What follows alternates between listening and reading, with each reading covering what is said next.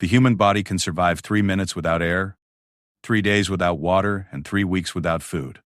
But what happens when you're floating in the middle of the Pacific Ocean, with no land in sight for hundreds of miles, watching the rescue boats disappear into the distance? What happens when the very people trained to save lives make the calculated decision that you're already gone? This is the story of a woman who refused to accept her own death sentence. A woman who turned the ocean's vastness from her grave into her proving ground. A woman who didn't just survive the impossible, she redefined what impossible means. They called it a training accident. The Navy classified it as an acceptable loss. But she had other plans. Plans that would make hardened Navy SEALs question everything they thought they knew about human limits, survival, and the power of the human spirit when everything else has been stripped away. Sometimes the most extraordinary stories begin with the most ordinary moments. Sometimes heroes are made not by choosing to fight, but by refusing to die. This is one of those stories.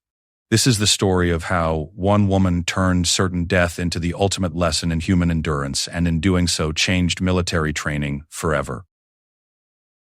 Sarah Michelle Rodriguez had always been drawn to the water.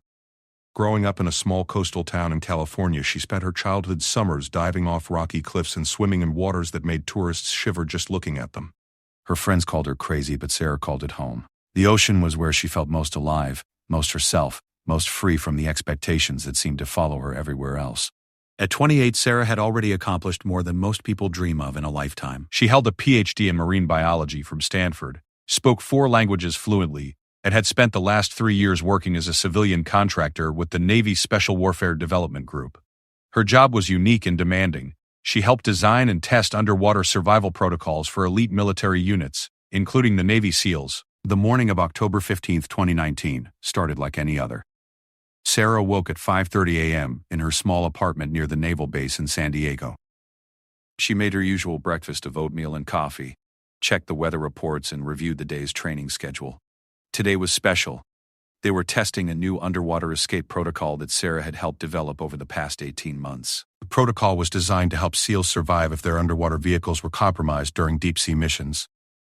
It involved complex breathing techniques, specific swimming patterns, and psychological preparation for extended periods underwater. Sarah had run computer models, studied physiological data, and worked with medical experts to create what she believed was a breakthrough in underwater survival training. As she drove to the base that morning, Sarah felt the familiar mix of excitement and nervousness that came with testing new procedures. She had been present for dozens of training exercises, but today felt different. Today, they would be testing the limits of human endurance in ways that had never been attempted before. The team assembled at 7 a.m. sharp. There were 12 Navy SEALs, 3 medical personnel, 2 boat operators, and Sarah. Commander James Mitchell, a veteran SEAL with over 15 years of experience, led the briefing. He was a man of few words, but those words carried weight. His team respected him completely, and Sarah had learned to value his practical insights into her theoretical work. Today we're testing Rodriguez's new protocol, Commander Mitchell announced, his voice carrying easily across the briefing room. We'll be operating in deep water, approximately 40 miles off the coast. Weather conditions are optimal. Clear skies, calm seas, visibility excellent. This is as good as it gets, people. Sarah stood to present her portion of the briefing. She had given this presentation dozens of times in conference rooms and laboratories, but presenting to active SEALs was always different. These men would be putting their lives on the line to test her theories. The protocol is based on controlled breathing patterns and energy conservation, Sarah began, clicking through her presentation slides. In simulation, we've achieved survival times of up to 6 hours in open water. The key is mental preparation and understanding how to work with your body's natural responses rather than against them. She explained the physiological basis of the protocol, how controlled hyperventilation could increase oxygen levels in the blood, how specific swimming techniques could conserve energy, and how psychological preparation could help overcome panic responses. The SEALs listened intently, asking sharp practical questions that showed they understood both the potential and the risks. One SEAL, Petty Officer First Class David Chen, raised his hand. Dr. Rodriguez, what's our bailout plan if something goes wrong? How do we know when the protocol isn't working? Sarah had anticipated this question. Each participant will be monitored by boat support throughout the exercise. Heart rate, body temperature, and swimming patterns will be tracked. If any participant shows signs of distress or if conditions change unexpectedly, immediate extraction will occur. Commander Mitchell nodded approvingly. Safety is our top priority. This is a test, not a mission. Everyone comes home today. By 9 a.m., the team was boarding 2 support boats for the journey to the test site. Sarah rowed with the medical team and half the SEALs on the primary support vessel, a 40-foot military patrol boat equipped with advanced communications and medical equipment. The second boat carried the remaining personnel and backup equipment. The journey to the test site took nearly 2 hours. As they moved further from shore, Sarah watched the coastline gradually disappear until there was nothing but endless blue ocean in every direction. The water was indeed perfect, calm, clear, and warm enough that hypothermia wouldn't be an immediate concern. Sarah used the travel time to review the protocol one more time with the participants. Each SEAL would enter the water at 5-minute intervals, allowing for individual monitoring and reducing the risk of interference between participants. They would practice the breathing techniques, demonstrate the swimming patterns, and remain in the water for predetermined periods based on their individual fitness levels and experience. Remember, Sarah emphasized, this isn't about being tough or proving anything. This is about learning what works and what doesn't. If you feel uncomfortable at any point, signal for extraction immediately. We're here to gather data, not to set records. The SEALs nodded, but Sarah could see the competitive gleam in their eyes. These were men accustomed to pushing limits, and she knew they would want to test themselves against the protocol's theoretical maximum survival times. At 11:15 a.m., they reached the test coordinates. Commander Mitchell used GPS to confirm their position. They were 42 miles southwest of San Diego, in water nearly 3,000 feet deep. The ocean stretched endlessly in every direction, a vast blue expanse that would have been beautiful under different circumstances. The first phase of testing went smoothly. 4 SEALs entered the water in sequence, each performing the protocol exactly as designed. Sarah monitored their vital signs through waterproof sensors while the boat crews tracked their positions. Everything was working perfectly. Heart rates remained steady, body temperatures held stable, and the SEALs demonstrated excellent technique in the water. After 45 minutes, all 4 participants were successfully extracted. They were tired but in good condition, and their feedback was positive. The protocol was working better than Sarah had dared to hope. Excellent work, everyone, Commander Mitchell announced. Let's break for lunch and then run the second group. As the team ate lunch on the boat, Sarah felt a deep sense of satisfaction. Years of research and development were finally paying off. The SEALs were adapting to the protocol quickly, and the results were exceeding even her optimistic projections. The afternoon session began at 1:30 p.m. The second group of SEALs prepared to enter the water, their confidence boosted by the morning's success. Sarah double-checked all equipment and confirmed communication links between the boats. But as the afternoon wore on, Sarah began to notice subtle changes in the conditions. The wind had picked up slightly, creating small whitecaps on the water's surface. The boats were starting to rock more noticeably, and maintaining precise positioning was becoming more challenging. At 2:45 p.m., the final phase of testing began. This was the most challenging part of the protocol, an extended endurance test where participants would remain in the water for up to 2 hours, simulating a worst-case scenario where rescue might be delayed. 3 SEALs volunteered for this final test: Petty Officer Chen, Senior Chief Rodriguez, no relation to Sarah, and Lieutenant Commander Patricia Wells, one of the few female SEALs in the program. All 3 were highly experienced and in excellent physical condition. Sarah felt a momentary hesitation as she watched them prepare to enter the water. The conditions had definitely changed since morning. The seas were rougher, the sky had developed a hazy quality that reduced visibility, and the boats were working harder to maintain their positions. "Commander," Sarah said quietly, approaching Mitchell, "I'm seeing some changes in conditions. Maybe we should modify the final test." Mitchell studied the water carefully, his experienced eyes taking in details that Sarah might miss.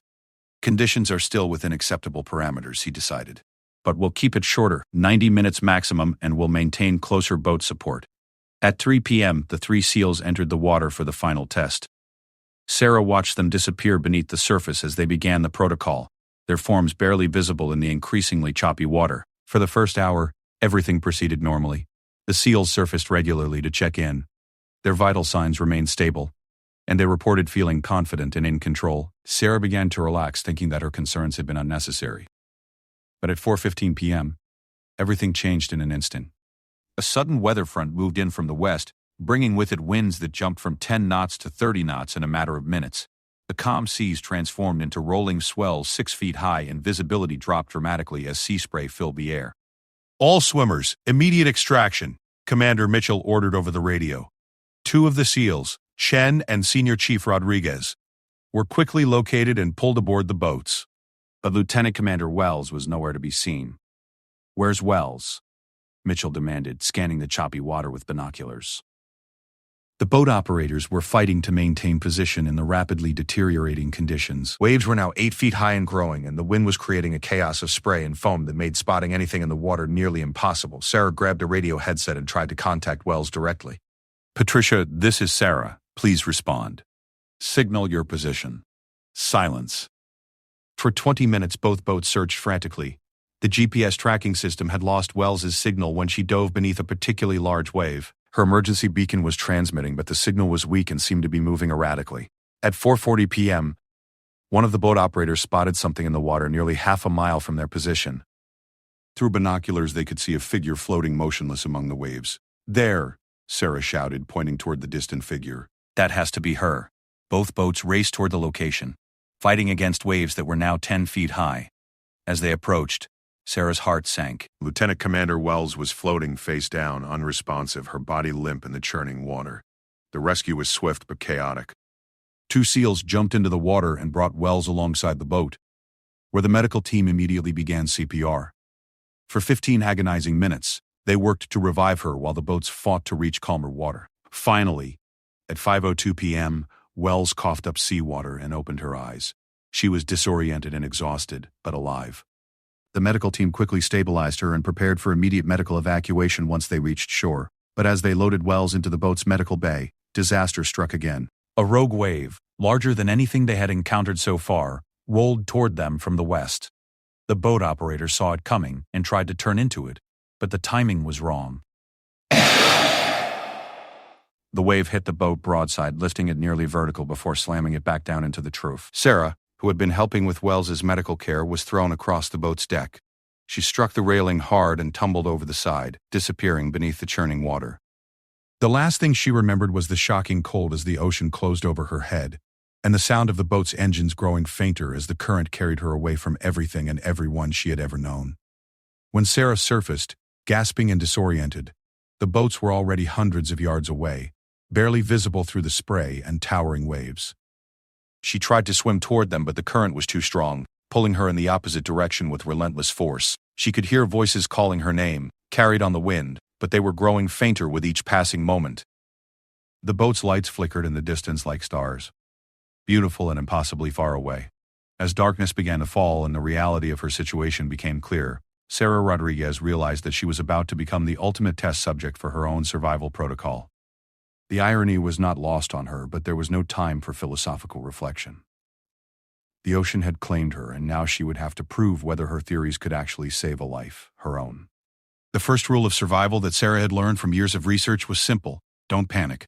But as she floated in the churning Pacific Ocean, watching the lights of the rescue boats disappear into the distance, every instinct in her body screamed at her to do exactly that. The waves around her were now 12 feet high, each one lifting her up like a toy before dropping her into a trough, where she could see nothing but walls of water on all sides. The wind howled across the surface, creating a constant spray that stung her eyes and made breathing difficult. In the fading daylight, the ocean had transformed from the beautiful blue expanse of the morning into something dark and threatening, an alien world where humans were not meant to survive. Sarah forced herself to focus on the immediate reality of her situation. She was wearing a thin wetsuit that provided some thermal protection, but it wasn't designed for extended exposure. Her emergency beacon had been torn away when she hit the railing, and her radio was somewhere at the bottom of the ocean. She had no flotation device beyond her own ability to swim, no fresh water, no food, and no way to signal for help. The boats had disappeared completely now, swallowed by the growing darkness and distance. Sarah knew that Commander Mitchell would organize a search and rescue operation as soon as possible, but she also knew the harsh realities of ocean rescue. In these conditions, with night falling, the chances of finding one person in hundreds of square miles of open ocean were minimal. She had become a statistic, one of the thousands of people who disappear into the ocean every year without a trace. But unlike most of those people, Sarah understood exactly what was happening to her body and mind, and she knew that understanding might be the key to her survival. The cold was her most immediate enemy. Even in the relatively warm waters off San Diego, hypothermia would begin to set in within hours. Sarah could already feel her core temperature starting to drop as the ocean slowly leached heat from her body.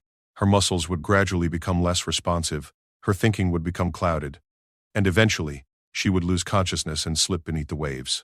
unless she could apply everything she had learned about survival physiology to keep herself alive long enough for rescue to arrive. Sarah began implementing her own protocol, the same techniques she had spent years developing for the SEALs. She started with controlled breathing, taking slow, deep breaths that would maximize oxygen uptake while minimizing energy expenditure. With each breath, she forced herself to relax, to work with the water rather than against it. The psychological component was just as important as the physical. Sarah knew that many drowning victims died not from physical exhaustion, but from panic-induced poor decision-making. They would exhaust themselves fighting the water, or give up hope too quickly, or make desperate attempts to swim impossible distances. She had to maintain mental discipline even as her circumstances grew increasingly desperate. As night fell completely, Sarah found herself in a world of absolute darkness, broken only by the phosphorescent glow of disturbed plankton in the waves around her. The temperature dropped further, and she could feel her body beginning to shiver involuntarily. Shivering was an automatic response designed to generate heat, but it also consumed precious energy that she might need later. Sarah made her first critical decision. She would not try to swim toward shore. At 40+ miles from land, attempting to swim to safety would only exhaust her more quickly. Instead, she would focus on conservation, maintaining body heat, preserving energy, and staying afloat until help arrived. It was a decision that went against every survival instinct, but it was based on science rather than emotion. She positioned herself in what she called the heat escape lessening position, or HELP, floating on her back with her knees drawn up toward her chest and her arms wrapped around her legs. This position minimized the surface area exposed to the cold water while keeping her face clear for breathing. It wasn't comfortable, but comfort was no longer relevant. The hours crawled by with agonizing slowness. Sarah fought to stay awake, knowing that unconsciousness would likely mean death. She recited scientific formulas, recalled conversations with colleagues, and forced her mind to work through complex problems. Anything to stay mentally sharp and aware of her surroundings. Around midnight, the weather began to change again. The wind started to die down, and the waves gradually decreased in size. Sarah felt a moment of relief until she realized what this meant. The storm front was moving away, but it was taking with it any chance of her being spotted by aircraft. Clear, calm weather would make visual searches easier during the day, but it also meant that she might have to survive much longer than she had hoped. As the night wore on, Sarah began to experience the psychological effects of extreme isolation. The ocean around her was completely silent, except for the gentle lapping of small waves. There were no lights visible in any direction, no aircraft passing overhead, no signs of human presence anywhere in the vast darkness. She was more alone than any human being should ever be. But solitude also brought clarity. As her body adapted to its circumstances and her mind settled into survival mode, Sarah began to think more clearly about her situation. She estimated that the current was carrying her roughly southwest, away from shipping lanes but parallel to the coast. If she could survive for 24 to 36 hours, there was a reasonable chance that search aircraft would spot her during daylight hours. The key was making it that long. By 3 a.m., Sarah was fighting serious hypothermia. Her core body temperature had dropped several degrees, and she was experiencing confusion and disorientation. She found herself having conversations with people who weren't there, seeing lights that didn't exist, and struggling to remember basic facts about her situation. This was the most dangerous phase of cold water survival, the period when victims often made fatal decisions because their judgment had become impaired. Sarah forced herself to repeat key information over and over: her name, her location, the date, the reason she was in the water. She used these facts as anchors to keep her mind grounded in reality. Around 4 a.m., she encountered her first serious wildlife threat. A curious sea lion approached her, probably attracted by the unusual sight of a human floating alone in the ocean. For a moment, Sarah felt a surge of hope. Sea lions sometimes indicated the presence of fishing boats or land nearby. But this one was clearly just investigating the strange intruder in its territory. The sea lion circled her for several minutes, occasionally diving beneath her and brushing against her legs. Sarah remained as still as possible, knowing that sudden movements might trigger defensive behavior. After what felt like an eternity, the animal lost interest and swam away, leaving her alone again in the darkness. Dawn came slowly, painting the eastern sky with pale orange and pink light. Sarah had been in the water for nearly 14 hours, far longer than most people could survive in these conditions. Her body was operating on reserves she didn't know she possessed, and her mind was functioning through sheer force of will. As the sun rose higher, Sarah could see that the ocean had returned to the calm, beautiful state of the previous morning. The water was a deep blue that seemed to extend forever in all directions, and there was not a single sign of land or human activity anywhere on the horizon. She was in the middle of nowhere, invisible to the world above, with nothing but her knowledge and determination keeping her alive. But Sarah had made it through the night, and that fact alone gave her hope. If she could survive 14 hours, she could survive longer. The question was whether rescue would arrive before her body's reserves were completely exhausted. She began to implement the second phase of her survival strategy: active conservation during daylight hours. The sun would help warm her body and reduce the energy needed to maintain core temperature, but it would also bring new challenges. Dehydration would become a serious concern, and prolonged sun exposure could lead to severe burns and heat exhaustion. Sarah adjusted her floating position to minimize sun exposure while maximizing heat absorption. She knew that she could survive several days without food, but lack of fresh water would become critical within 24 to 48 hours. The salt water around her was literally undrinkable. Consuming it would only accelerate dehydration and organ failure. As the morning progressed, Sarah began to see aircraft in the distance. High-altitude commercial flights created contrails across the blue sky, reminders of a world that continued to function normally while she fought for her life in the ocean below. She tried waving and shouting at them, knowing it was futile but unable to stop herself from trying. At 10 a.m., she heard the distinctive sound of helicopter rotors in the distance. Sarah's heart leaped with hope as she spotted a Coast Guard search helicopter approaching from the northeast. She waved frantically and tried to position herself to be as visible as possible on the water's surface. The helicopter passed directly overhead, so close that Sarah could see the rescue swimmer in the open door scanning the water below. She screamed and waved with every ounce of strength she had left, certain that they would see her, but the helicopter continued on its search pattern without stopping, disappearing toward the southwest as Sarah watched in despair. They had been looking right at her, but somehow she had remained invisible against the vast blue expanse of the ocean. The psychological impact of this near rescue was devastating. For a few moments, Sarah had allowed herself to believe that her ordeal was over, that she would soon be pulled from the water and rushed to safety. The reality that she was still alone and undetected was almost too much to bear. But as the helicopter disappeared from view, Sarah forced herself to analyze what had happened. The search teams were out there actively looking for her.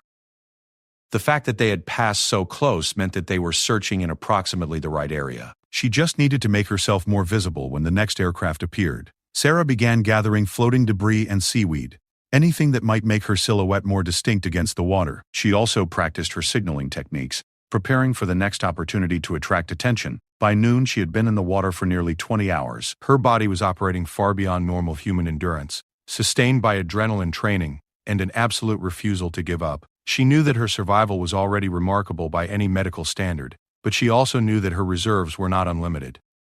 The afternoon brought new challenges and new hope. Sarah spotted several more aircraft during the day, including what appeared to be a Navy search plane that passed close enough for her to see its markings. Each time she signaled frantically, and each time the aircraft continued on without seeing her. But with each near miss, Sarah learned something new about being visible in the water. She discovered that certain positions and movements created more distinctive patterns on the surface, and she began to understand how the angle of the sun affected her visibility to aircraft above. Most importantly, she realized that the search effort was large and systematic. Multiple aircraft, probably ships as well, were combing the area methodically. They would find her eventually, if she could just survive long enough. As the second evening approached, Sarah had been alone in the Pacific Ocean for over 24 hours. She had already exceeded the survival time of most shipwreck victims, and she was still thinking clearly and maintaining her body temperature. Her own protocol was working better than she had ever dared to hope. But the real test was just beginning. Night would bring renewed cold, continued isolation, and the growing effects of dehydration. Sarah had proven that she could survive one night in the open ocean. Now she would have to prove that she could do it again. As the sun set on her second day in the water, Sarah Rodriguez prepared to face another night alone in the vast Pacific, sustained by nothing but her scientific knowledge, her incredible determination, and her absolute refusal to become another statistic in the ocean's long list of victims. By the time the second night began to fall, Sarah Rodriguez had been floating in the Pacific Ocean for 26 hours. Her body had crossed into territory that most survival manuals described as unsurvivable, yet her mind remained sharp, and her will to live stronger than ever. She had become a living laboratory, testing the absolute limits of human endurance against one of nature's most unforgiving environments. The second night brought challenges that were both familiar and new. The cold returned with the darkness, but this time Sarah's body had less energy to fight it. She had been burning calories continuously for more than a day, and her reserves were running dangerously low. Her muscles felt heavy and unresponsive, and simple movements that had been automatic the night before now required conscious effort. But experience had taught her things that no amount of theoretical knowledge could provide. She knew exactly how to position herself to conserve maximum body heat. She understood the rhythm of the waves and how to work with them rather than against them. Most importantly, she had learned to manage the psychological warfare that the ocean waged against anyone who dared to challenge its dominion. Around 9 p.m., Sarah experienced her first serious hallucination. She began to see lights in the water around her, not the natural phosphorescence of disturbed plankton, but what appeared to be the running lights of ships approaching from multiple directions. For nearly an hour she watched these phantom vessels converge on her location, preparing herself for rescue that never came. When the hallucinations finally faded, Sarah realized that her brain was beginning to shut down non-essential functions to preserve energy for basic survival. This was both encouraging and terrifying. Encouraging because it meant her body was adapting to extreme conditions, terrifying because it meant she was approaching the absolute limits of human endurance. She forced herself to implement a mental discipline routine that she had developed for the SEALs, but never imagined she would need herself. Every hour she would recite her personal information, recall specific details about her research, and solve mathematical problems in her head. These exercises served two purposes. They kept her mind active and alert, and they gave her benchmarks to monitor her cognitive function. The second night was longer than the first, stretching endlessly through hours of darkness and cold. Sarah found herself counting waves, tracking the movement of stars across the sky, and maintaining detailed mental logs of her physical condition. She noted that her core temperature felt lower than the previous night, but her shivering response had decreased, a sign that her body was conserving energy for critical functions. Around 2 a.m., Sarah encountered something that changed everything: a small piece of floating debris, probably plastic sheeting from a shipping container, about 3 feet square and partially submerged. In normal circumstances, it would have been just another piece of ocean litter. But for Sarah, it represented a potential life-saving tool. She carefully maneuvered herself to the debris and discovered that she could drape it partially over her body while floating. The plastic provided minimal insulation, but more importantly, it gave her something to hold on to and helped break the endless monotony of treading water. For the first time in over 24 hours, Sarah felt a small measure of control over her situation. The debris also served another purpose. It made her slightly more visible from above. The plastic was light-colored and created a small but distinct pattern on the water's surface. Sarah began experimenting with different ways to position herself in the debris to maximize their combined visibility to search aircraft. Dawn of the second day brought both hope and new challenges. Sarah had survived 32 hours in open ocean, a feat that medical experts would later describe as extraordinary. Her body had adapted to its harsh environment in ways that surprised even her trained mind. But she was also beginning to experience the serious effects of dehydration and caloric depletion. Her lips were cracked and swollen from salt exposure. Her skin was beginning to show signs of serious sun damage, and her muscles were operating on fumes. Most concerning of all, she was beginning to experience periods of confusion and disorientation that lasted several minutes at a time. But the morning also brought renewed search activity. Sarah could see multiple aircraft in the distance, and their search patterns seemed more systematic and concentrated than the day before. She realized that the Coast Guard and Navy had probably refined their search area based on current models and drift calculations. At 11:30 a.m., Sarah had what she thought might be her best chance yet for rescue. A Coast Guard C-130 search plane approached from the east, flying low and slow in an obvious search pattern. The aircraft passed directly overhead at an altitude of less than 500 feet, close enough that Sarah could see faces in the windows. She positioned her plastic debris to create maximum contrast with the water and waved with movements calculated to catch attention. The plane circled back twice, and for a few heart-stopping moments, Sarah was certain that they had spotted her. But once again, the aircraft continued its search pattern and disappeared to the west. Sarah watched it go with a mixture of despair and determination. They were close, incredibly close, but somehow she remained invisible in the vast blue expanse. This near rescue taught Sarah something crucial about ocean survival. Persistence was more important than hope. She could not afford to pin her survival on any single rescue opportunity. Instead, she had to maintain her endurance and visibility for as many opportunities as it took. The afternoon of the second day introduced a new threat: marine life. The warm, clear water was home to various species of sharks, and Sarah knew that her continued presence in their territory would eventually attract attention. Around 2 p.m., she spotted her first shark. A blue shark about 6 feet long, cruising slowly past at a distance of perhaps 50 yards. Sarah forced herself to remain calm and motionless. Sharks were generally not interested in humans as prey, but erratic movement or signs of distress could trigger investigative behavior that she could not afford. For 20 minutes, she watched the shark circle her general area before it moved on to other hunting grounds. The shark encounter reminded Sarah of something she had been trying not to think about. She was not the ocean's only inhabitant, and not all of its residents were as indifferent to her presence as the sea lion had been. As time passed and her physical condition deteriorated, she would become increasingly vulnerable to any marine predator that might view her as an easy target. But the encounter also reinforced her confidence in her survival strategy. By remaining calm and applying scientific knowledge rather than panicking, she had successfully navigated another potentially deadly situation. Every challenge overcome was proof that her protocol worked, even under the most extreme conditions. The second day wore on. Sarah began to experience more serious physiological effects of her ordeal. Her heart rate had become irregular, probably due to electrolyte imbalance and dehydration. She was having difficulty maintaining her core temperature even during the warmest part of the day.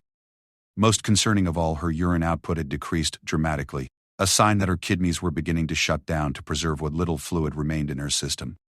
She knew that she was approaching a critical threshold. The human body could survive several days without food, but dehydration would kill her within another day or two at most. Salt water surrounded her in endless quantities, but drinking any of it would only accelerate her physical decline. Around 4 p.m., Sarah made a decision that would have seemed impossible just 2 days earlier. She began to ration her energy even more strictly, moving only when absolutely necessary and spending as much time as possible in complete stillness. She was essentially hibernating while awake, shutting down all non-essential bodily functions to squeeze every possible hour from her remaining reserves. This strategy worked, but it came with psychological costs. The enforced stillness made time pass even more slowly and gave her mind more opportunity to wander into dangerous territory.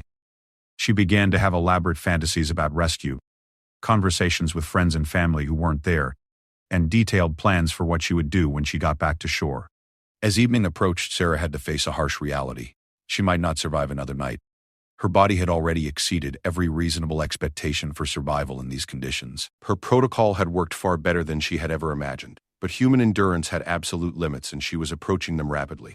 But as the sun began to set on her second day in the Pacific, Sarah made a decision that defined her character more than any achievement in her previous life. She would not give up. She would not accept defeat.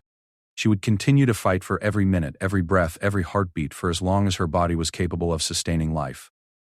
The third night would test her in ways that the first two had only hinted at.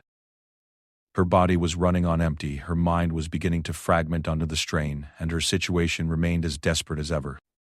But Sarah Rodriguez had discovered something about herself that she had never known existed. A core of absolute determination that no amount of hardship could break. As darkness fell over the Pacific Ocean, she prepared to face her greatest challenge yet, proving that the human spirit could triumph over circumstances that should have been impossible to survive. She had already redefined the limits of human endurance. Now she would discover whether those new limits were enough to keep her alive until help arrived. The ocean had taken everything from her: her safety, her comfort, her certainty about the future. But it had not taken her life, and as long as she drew breath, she would continue to fight for the chance to see another dawn. In the gathering darkness, surrounded by endless water and infinite sky, Sarah Rodriguez prepared for what might be her final night alone in the vast Pacific. She had already accomplished the impossible. Now she would attempt to do it again, 54 hours. That was how long Sarah Rodriguez had been floating in the Pacific Ocean when she entered her third night alone in the vast darkness. By every medical standard, by every survival manual ever written, by every computer model she had ever created, she should have been dead. Her continued survival was rewriting the textbooks on human endurance and challenging everything the medical community thought they knew about the limits of life itself. But survival came at a cost that was becoming harder to bear with each passing hour. Sarah's body was consuming itself to stay alive, breaking down muscle tissue for energy, and shutting down non-essential functions to preserve her vital organs. Her kidneys were operating at minimal capacity, her liver was struggling to process the toxins accumulating in her bloodstream, and her heart was working overtime to circulate blood through a cardiovascular system that was slowly failing. Yet her mind, remarkably, remained sharp. The same scientific training that had helped her develop survival protocols was now allowing her to monitor her own physiological decline with clinical detachment. She knew exactly what was happening to her body, understood the biological processes that were keeping her alive, and could calculate with frightening accuracy how much time she had left. The third night brought hallucinations that were far more vivid and persistent than anything she had experienced before. Sarah found herself having long conversations with her graduate school advisor, Dr. Elizabeth Chen, discussing the theoretical implications of her current survival data. She planned detailed modifications to her protocol based on her real-world experience, taking mental notes for the research papers she would write when this was all over. The fact that these conversations felt completely real, while simultaneously knowing that Dr. Chen was thousands of miles away, gave Sarah insight into how her brain was adapting to extreme stress. Her subconscious was providing her with the intellectual stimulation and human connection that her conscious mind desperately needed, even as her body focused entirely on basic survival. Around midnight of the third night, Sarah experienced something that changed her understanding of her situation completely. She encountered a small pod of dolphins that had been drawn to investigate the unusual presence in their territory. Unlike her previous wildlife encounters, the dolphins seemed genuinely interested in her welfare. For nearly 2 hours, the dolphins remained near her, occasionally surfacing close enough to touch. One particularly curious individual, a large female that Sarah mentally named Guardian, repeatedly swam beneath her and gently nudged her legs. The behavior was so deliberate and caring that Sarah began to wonder if the dolphins somehow understood her distress.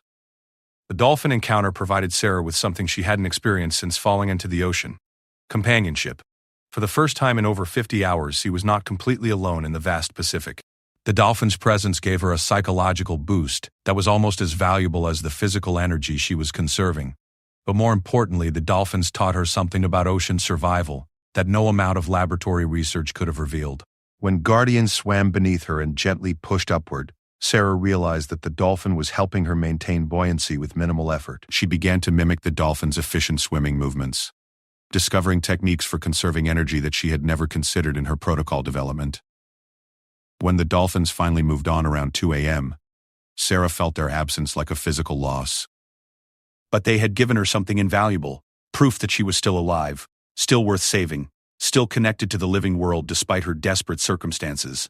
The remainder of the third night passed in a blur of controlled breathing, careful position management, and increasingly vivid dreams that blended seamlessly with reality. Sarah found herself giving lectures to imaginary audiences of SEALs, explaining the modifications she would make to survival training based on her current experience. She planned the research studies she would conduct, the papers she would publish, and the lives she would save with the knowledge she was gaining. These mental exercises served a crucial purpose beyond distraction. They kept her focused on survival as a means to an end rather than an end in itself.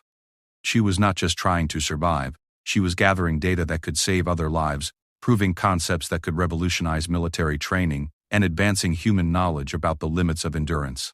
Dawn of the third day revealed a Sarah Rodriguez, who was barely recognizable, as the confident scientist who had boarded the research vessel 3 days earlier. Her lips were severely cracked and bleeding from salt exposure. Her skin was burned and beginning to peel from prolonged sun exposure, and her eyes were red and swollen from constant saltwater irritation. She had lost nearly 20 pounds, most of it muscle mass and body fluid, but her spirit remained unbroken. If anything, her prolonged survival had given her a confidence that bordered on defiance. She had already proven that human beings could survive far longer in open ocean than anyone had believed possible. Now she was determined to discover exactly how far those limits could be pushed. The morning brought renewed search activity, but with a difference that Sarah noticed immediately. The aircraft were flying different patterns, concentrating their efforts in areas that were farther from her current position. She realized with growing alarm that the search teams had probably given up looking for a living person and were now searching for a body that might wash up on distant shores. This realization hit her harder than any of the physical challenges she had endured. The people who were trying to save her had concluded that she was already dead. They were still searching, but they were no longer expecting to find her alive. Sarah had become a recovery operation rather than a rescue mission. But instead of despair, this knowledge filled Sarah with a fierce determination that surprised her with its intensity. She would prove them wrong. She would survive not just to save her own life, but to demonstrate that human beings were capable of far more than anyone imagined. Her survival would rewrite the rules about what was possible. Throughout the third day, Sarah implemented increasingly sophisticated energy conservation techniques that she developed in real time. She discovered that certain breathing patterns could slow her heart rate and reduce oxygen consumption. She learned to predict wave patterns and use them to help maintain her position with minimal swimming effort.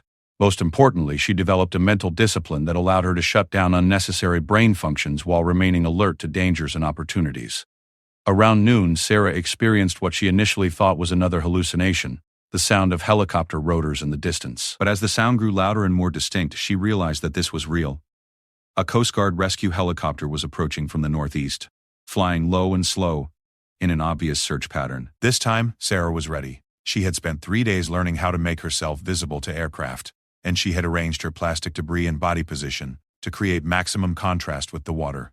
As the helicopter approached, she implemented a signaling pattern that she had perfected through multiple failed attempts. The helicopter passed directly overhead at an altitude of less than 200 feet. Sarah could see the crew members clearly, could see them scanning the water with binoculars and electronic equipment. She waved and shouted with every ounce of strength remaining in her body, creating the most distinctive pattern she could manage on the water's surface. And for a moment she was certain that one of the crew members had seen her. The helicopter seemed to slow and bank slightly, as if the pilot was preparing to circle back for a closer look. But then the aircraft continued on its course and disappeared to the south. Once again, Sarah had been tantalizingly close to rescue, only to watch her salvation fly away into the distance. This fourth near miss was the most psychologically devastating yet. Sarah had been so certain that her improved signaling techniques would work, so confident that her increased visibility would finally attract attention. The failure left her questioning whether she was actually as visible as she thought, or whether delirium was affecting her perception of the rescue attempts. But as the afternoon wore on, Sarah began to analyze the encounter with scientific objectivity. The helicopter had definitely slowed and banked when it passed over her position. Someone had seen something, even if they hadn't identified it as a survivor. This meant that her visibility techniques were working. She just needed to refine them further. Sarah spent the afternoon conducting what amounted to a scientific study of her own rescue attempts.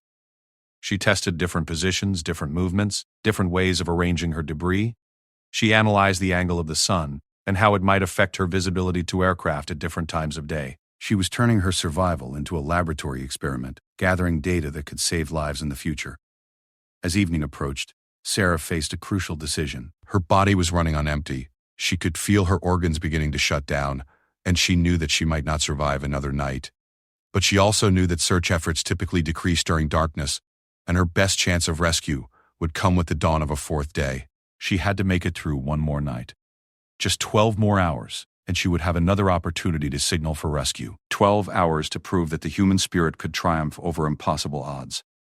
As the sun set on her third day in the Pacific Ocean, Sarah Rodriguez prepared for what she knew might be her final night. She had already survived longer than anyone had a right to expect. She had already proven that human endurance could be pushed far beyond previously known limits. Now she would discover whether her will to live was stronger than her body's approaching failure. The fourth night would be her ultimate test, not just of physical survival, but of the power of knowledge, determination, and an absolute refusal to surrender to the sea. In the gathering darkness, sustained by nothing but her scientific understanding and an unbreakable will to live, Sarah prepared to face her greatest challenge yet. She had already accomplished the impossible. Now she would attempt to do it one more time. 72 hours, 3 full days. By the time the fourth dawn began to break over the Pacific Ocean, Sarah Rodriguez had been floating alone in open water longer than any documented survivor in modern maritime history. Her body had crossed into medical territory that existed only in theoretical research papers, yet she remained conscious, alert, and determined to prove that human beings were capable of surviving the impossible. But survival had extracted a price that was becoming harder to pay with each passing hour. Sarah's kidneys had essentially shut down. Her liver was failing to process the toxins accumulating in her bloodstream, and her heart was struggling to pump blood through a cardiovascular system that was operating on pure willpower. Her body weight had dropped by nearly 30 pounds, most of it muscle mass and crucial body fluids, yet her mind remained remarkably sharp, a testament to the power of scientific training and absolute determination. She understood exactly what was happening to her body, could track the progression of organ failure with clinical precision, and knew that she was living on borrowed time that could run out at any moment. The fourth night had been the longest yet, stretching endlessly through hours of delirium and hallucination. Sarah had found herself back in her laboratory, presenting research findings to audiences that included colleagues, military officials, and medical experts from around the world. In her fevered imagination, she was explaining how her survival data would revolutionize ocean rescue protocols and save countless lives in the future. These hallucinations served a crucial psychological function, giving her mind something to focus on beyond the immediate reality of her deteriorating condition. They also reinforced her sense of purpose.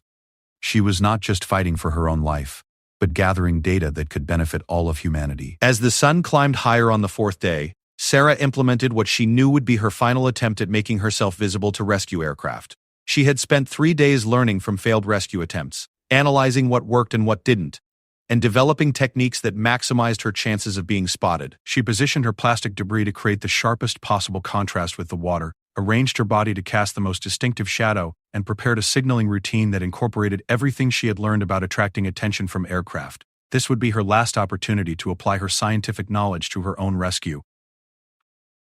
Around 10:30 a.m., Sarah heard the familiar sound of helicopter rotors approaching from the east, but this time something was different. The aircraft was flying lower and slower than any of the previous search flights, and its search pattern was more methodical and concentrated. As it grew closer, Sarah could see that it was a Navy rescue helicopter with multiple crew members scanning the water below. Sarah implemented her carefully planned signaling routine with mechanical precision. She created distinctive patterns on the water's surface, waved in calculated movements designed to catch peripheral vision, and positioned herself to maximize the contrast between her body and the surrounding ocean. The helicopter passed directly overhead, at an altitude of less than 150 feet. Through her salt-swollen eyes, Sarah could see the faces of the crew members clearly. One of them, a young woman with binoculars, was scanning the water methodically from left to right, and then their eyes met. For a moment that seemed frozen in time, Sarah watched as recognition dawned on the rescue swimmer's face. The woman's mouth opened in surprise, and she immediately grabbed the radio headset to alert the pilot.